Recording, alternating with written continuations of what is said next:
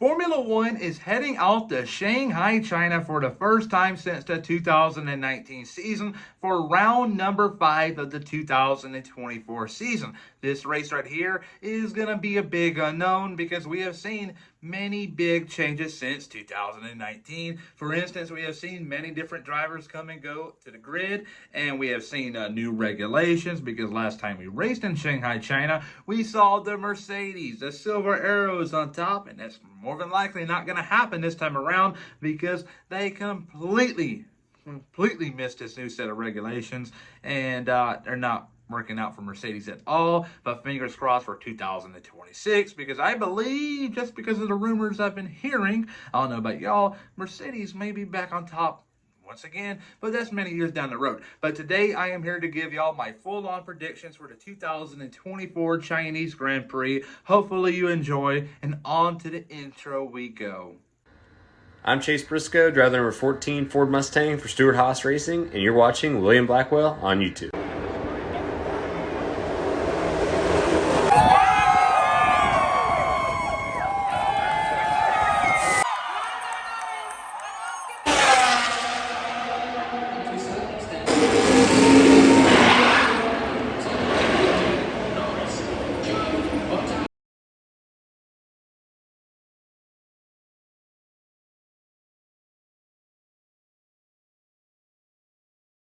It is important to look at the track layout before I give y'all my predictions for the 2024 Chinese Grand Prix. Sector 1 is a very slow speed, tight and twisty one.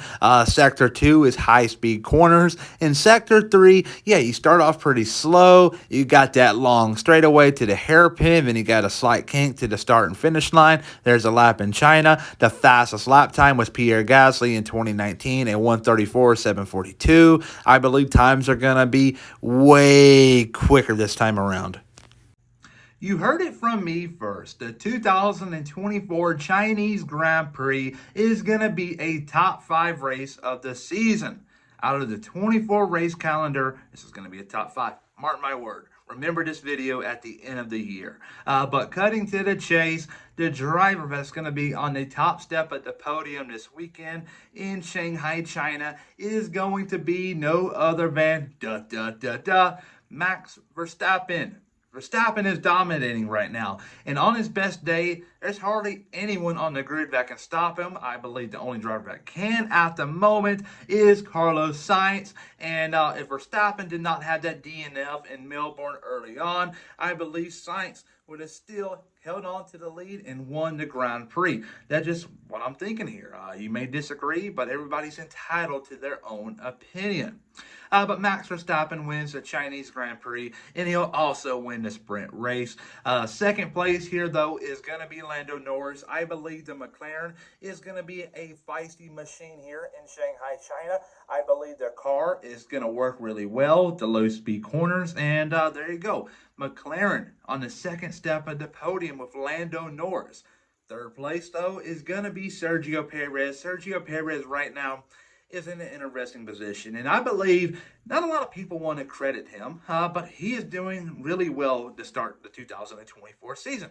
His worst finish is P5 in Melbourne. I'll take that. And we got all these rumors about at the beginning of the year, Daniel Ricciardo is a shoe-in for the Red Bull seat next year. Those rumors are dead. They died race number 2 in Saudi Arabia. Daniel Ricciardo may not be on the grid next year with RB. That's just my opinion. Daniel Ricciardo is not him.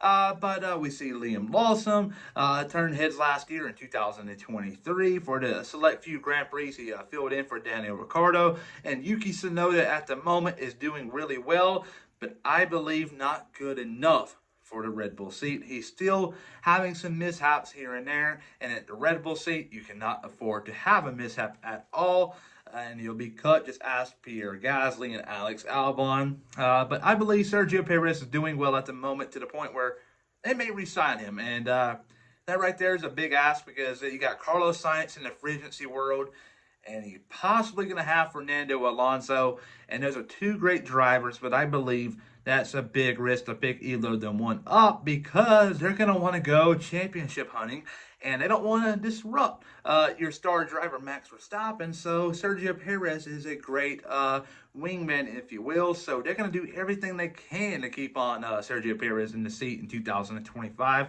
Just remember that. Perez is a great teammate to Max Verstappen. Verstappen hardly acknowledges it and kind of annoys me, but Red Bull does. So I believe they're going to re-sign him next year. I don't see why not. Fourth place is going to be Carlos Sainz. Carlos Sainz at the moment is killing it. He is racing for a job next year. At the moment, it's looking like he's going to be going to the Silver Arrows. I may be wrong, but that's what the rumors are indicating. Him and Toto Wolff and his father, Carlos Sainz Sr., have been spotted talking on multiple occasions. And he was in Monaco this past week early on, so that may be something, but they all live in Monaco, so it's probably nothing at all. But there you go there. P4, though, for Carlos Sainz. P5 is going to be Oscar Piastri. Oscar Piastri, last year in his rookie year, was better than Lando Norris in his rookie year. Obviously, you're going to combat that statement with Lando Norris. His rookie year car was as good as it was in 2023 for Piastri. Well, Piastri was actually on the doorstep of Lando Norris last year. Lando Norris and Carlos Sainz many years ago in 2019, if I'm not mistaken, it wasn't close at all. Carlos Sainz was a far better driver. But since then, Lando Norris has closed the gap, but he's not quite there on Carlos Sainz level. Piastri isn't there on Norris level yet, but he's much closer than Norris was on Sainz, if you get what I'm saying. But this way you can know it's going to be a good race for McLaren. P5 for Piastri.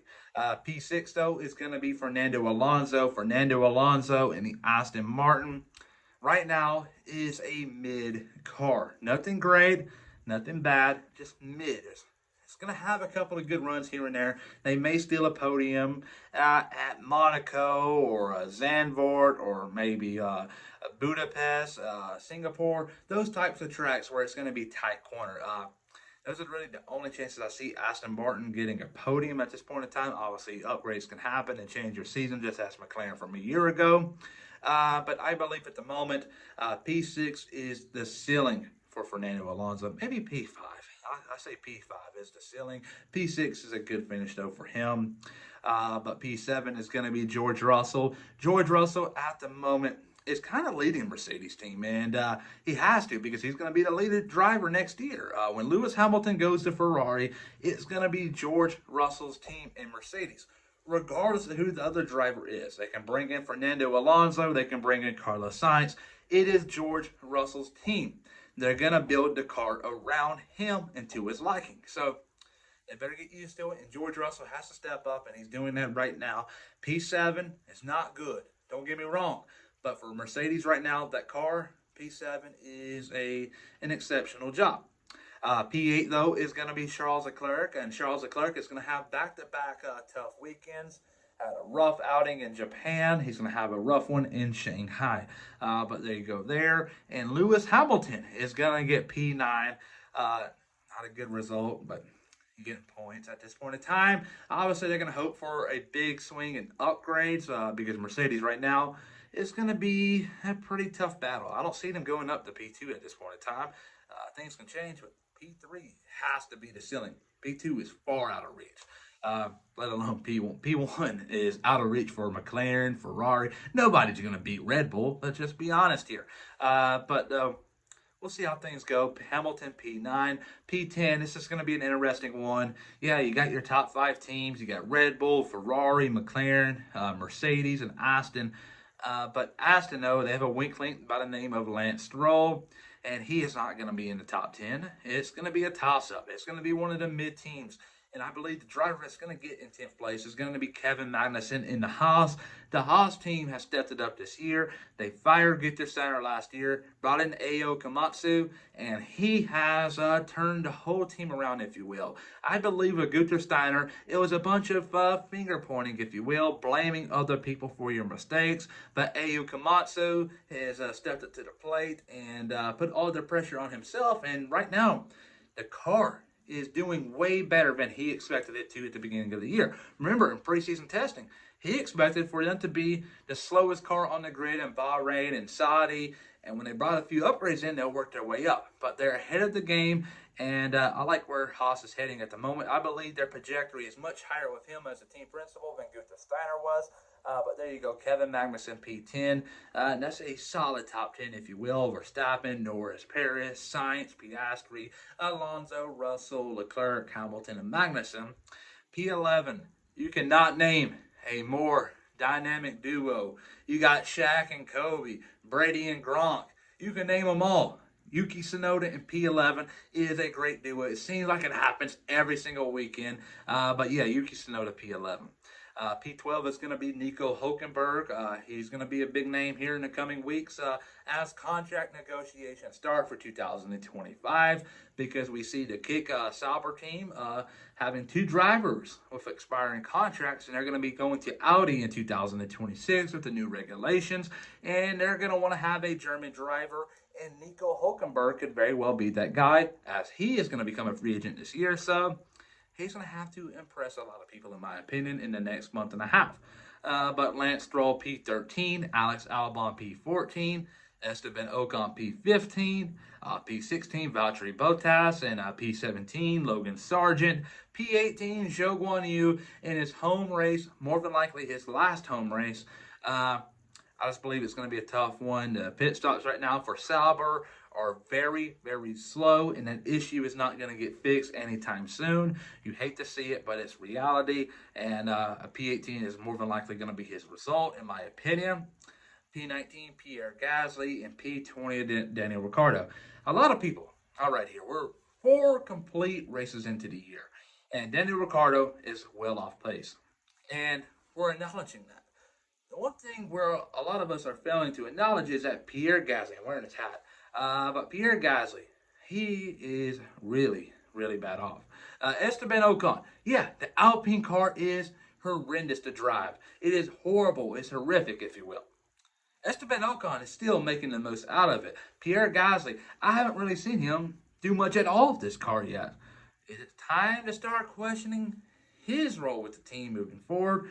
I wouldn't rule that out the picture quite yet. Because they got a civil war going on. The 2 French drivers do not like each other at all. It's clear as daylight when you see them do anything PR related.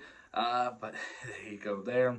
And for everyone that's interested in my sprint predictions, I got Verstappen winning, Perez 2nd, Sainz 3rd, Norris 4th, Hamilton 5th, 6 Alonso, 7 Piastri, and 8 Charles Leclerc. But there you go there. It's still way too early to look at the weather predictions.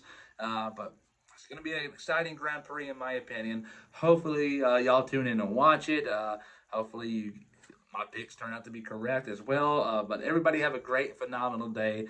And please like and subscribe.